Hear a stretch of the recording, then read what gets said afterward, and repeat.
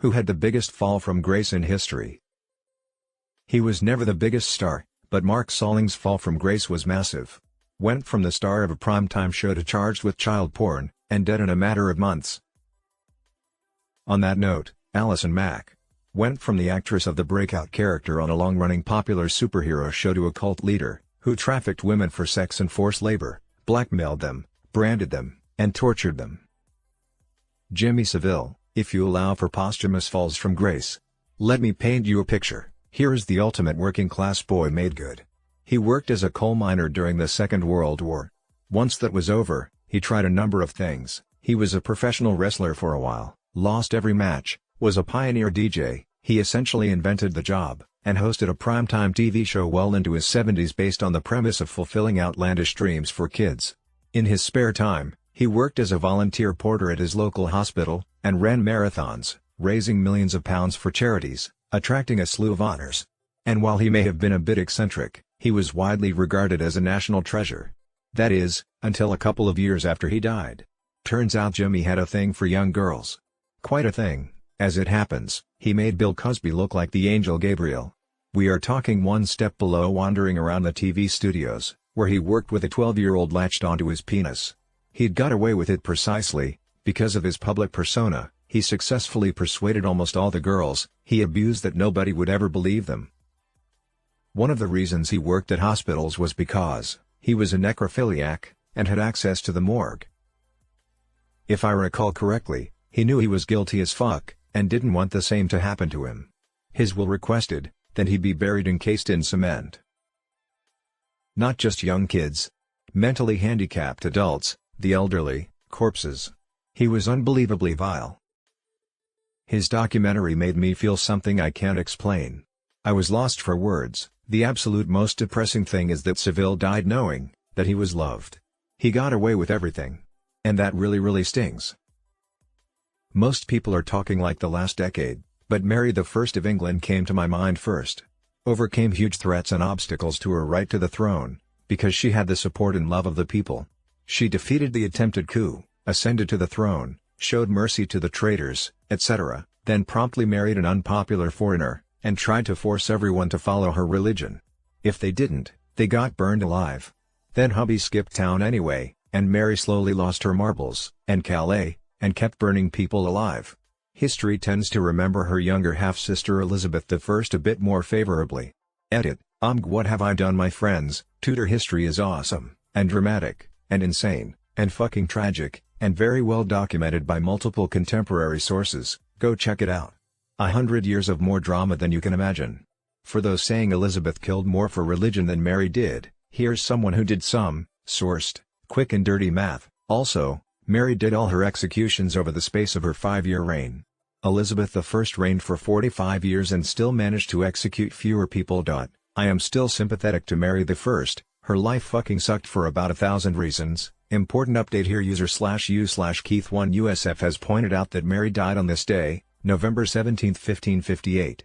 I'm pretty sure we all need to go into the nearest bathroom, close the door, turn off the lights and say Bloody Mary 3 times. And just, hope for the best. I mean, they didn't name the drink Bloody Mary because she donated blood for the needy. It was because she had celery sticking out of her head. Yeah, honestly, Mary doesn't get talked about enough. Honestly, reading her life, it kind of feels like one big tragedy. Ironically, if her brother had never died, she might have been happier. By the time I was a child, Bill Cosby was so universally recognized as an icon of wholesome comedy, that one of the most popular kids' shows of my youth was literally just a cartoon about his childhood. Now the legacy of that little cartoon show is tainted by the very subject of the show itself. That's a fall from grace. From being trusted to be a part of your kid's formative years, to becoming one of the most vile and disliked man of all time. I don't know how I didn't realize that Little Bill was by Cosby until right now. Guess I just never paid enough attention. That's quite a stain on my childhood now. Ian Watkins, former singer of the Welsh emo/rock band Lost Prophets. Massively successful band in the scene.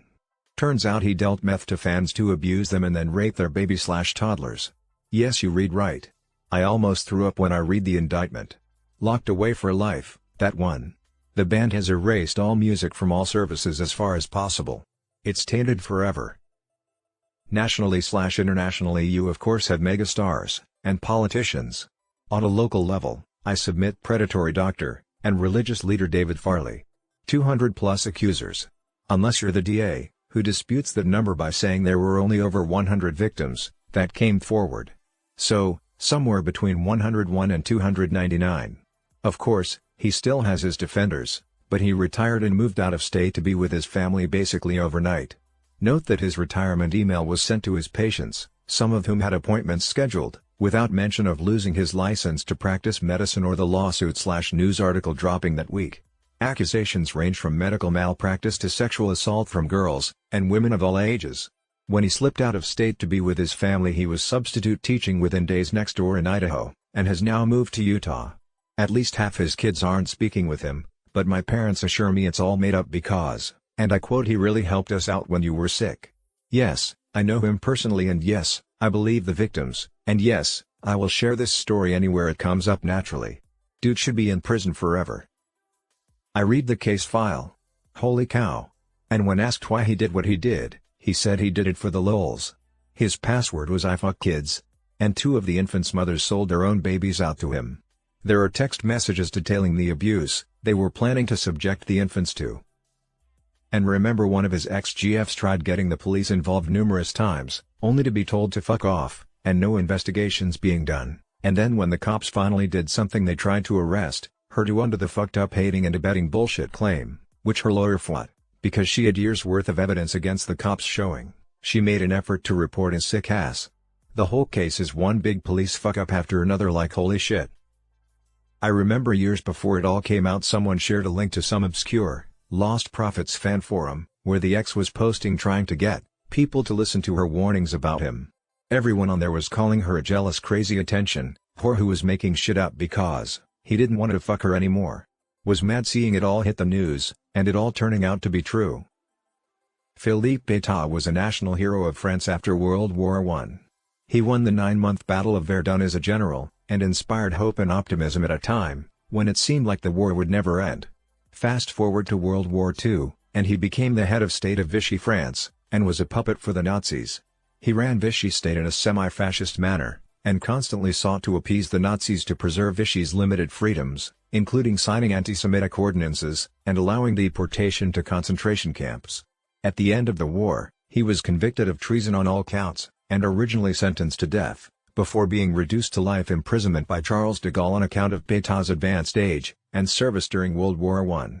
De Gaulle would later summarize Pétain's life as successively banal, then glorious, then deplorable, but never mediocre, and also the Marshal is a great man who died in 1925. The trouble is, he didn't know it. China had a similar person. Wang Jingwei was beloved for his role in the 1911 revolution, but is now viewed terribly for siding with the Japanese in World War II.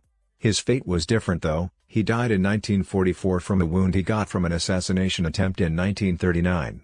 His tomb was destroyed by the ROC Army, and his burial place now has a note that calls him a traitor. Sounds like that attempt got upgraded to delayed success. Jimmy Savile.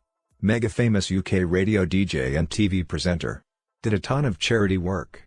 Was a knight of the realm. Post-death, he was revealed to be a massive pedophile, protected and ignored by those around him for decades. Edit, Savile not Savile. Massive pedophile doesn't do it justice. He was one of the most vicious and prolific pedophiles ever in the UK's history apparently. He also fucked dead bodies at hospitals, if I remember correctly. They even gave him his own set of keys to the hospital, so he could come and go as he pleased. Vile. Some of the nurses knew what he was up to, but management would threaten their jobs if they raised concerns about it. They instead went around to the girls' wards, when they knew he was in the hospital, and told the kids to pretend to be asleep, if Jimmy came to them. And there's at least one account I've heard personally of a young girl who was molested by Jimmy, who told several nurses and doctors, and they all denied it, and told her to keep her mouth shut. People knew, and nothing was done until he was dead, and buried in a gold casket. It's a travesty. We should dig the fucker up, and cast him in an unmarked pit. Melting down his coffin and be used towards organizations that assist traumatized children, and have none of it be tied to his name. He was reburied in an unmarked grave, after his first one kept getting vandalized. I met a guy one at the cemetery, who was having a rough day, so we talked for a while. He told me how he had been raped by a male teacher, who was buried nearby, and how much he wanted to piss on his grave. I said go for it, but maybe piss into a bottle at home, and then pour it on the grave so he didn't get done for public indecency. He told me that every time the cemetery plants a bush at this man's grave, within weeks it's dead. He's a fairly well-known pedophile. Where I live, there were so many pedophiles here in the 80s, and some of them were in an actual group, where they'd trade kids around. It sounds like some sort of gross conspiracy theory, but it's all been verified through multiple court trials, so his guess is that people keep poisoning it. He said he suspects the groundskeepers know what's happening and just turn a blind eye. Through his celebrity status and charity fundraising, he made friends in very high places which gave him access. He used to spend Christmas with Margaret Thatcher, then UK PM, was on very friendly terms with the royals, was even advising the now King Charles III on his marital difficulties. The guy was sociopath, and hid in plain sight, but because of his power, it only came crashing down when he died and a brave ITV journalist blew the whistle. Don't forget Johnny Rotten from the Sex Pistols did a BBC radio interview 70s, or 80s I think it was. John mentioned he wanted to kill a few people. When the reporter asked who, his response was Jimmy Savile. We all know he's doing things he shouldn't be, but we can't talk about that, can we? Or something like that. Needless to say, that interview never saw the light of day, until the sick bastard was dead. Here he is discussing it later. He claims that he was banned from the BBC, because of what he said. I'm sure there are worse people, but Harvey Weinstein went from being one of the most powerful people in the world, to be completely reviled, and losing everything. This is the guy who had Meryl Streep, and Oprah on speed dial, and married to a woman 1000x too attractive for him. He now uses a walker, has lost his fortune and his reputation. And his dick is literally rotting off. In case you didn't know, several of the women who accused him of sexual misconduct all pointed out that he wasn't really interested in sex per se, he just wanted massages. According to some, his hygiene was so poor he developed an infection in his dick, which then rotted the flesh after being left untreated. He basically got gangrene on his genitals and was effectively impotent. Aaron Burr. He was Vice President of the United States when he shot and killed Alexander Hamilton in a duel. The duel killed Burr's political career. He was dropped from Thomas Jefferson's ticket in the 1804 election, and he couldn't even win an election for governor of New York.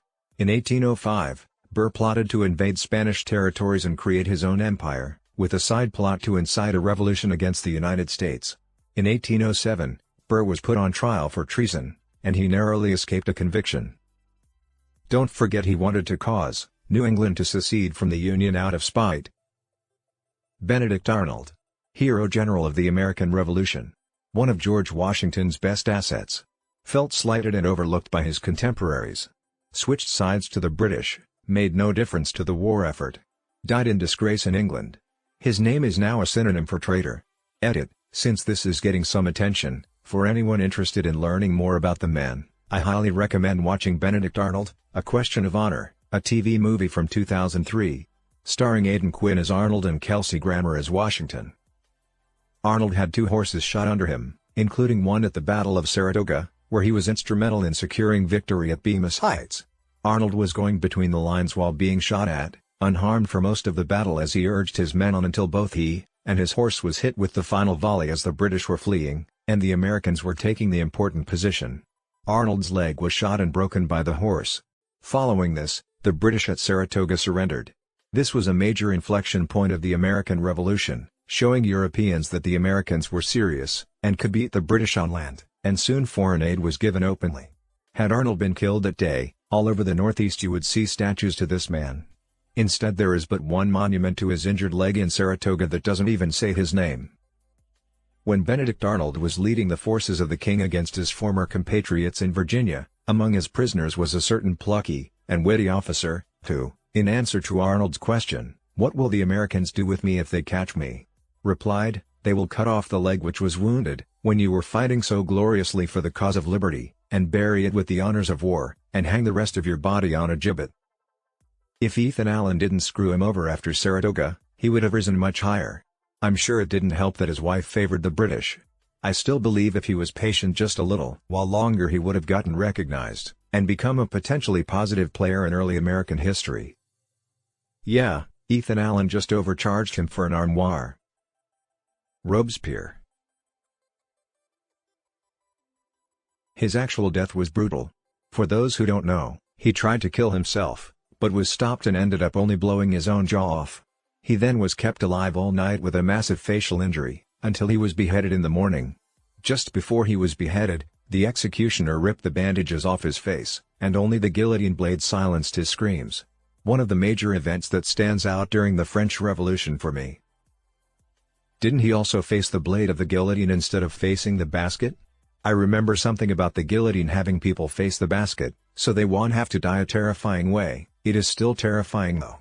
And that they had Robespierre face the guillotine blade so that his death would be more terrifying. Yeah, they did that to him. I think he was the only person out of all 16,594 people who died from the guillotine to be executed like that. The people who killed him really hated him.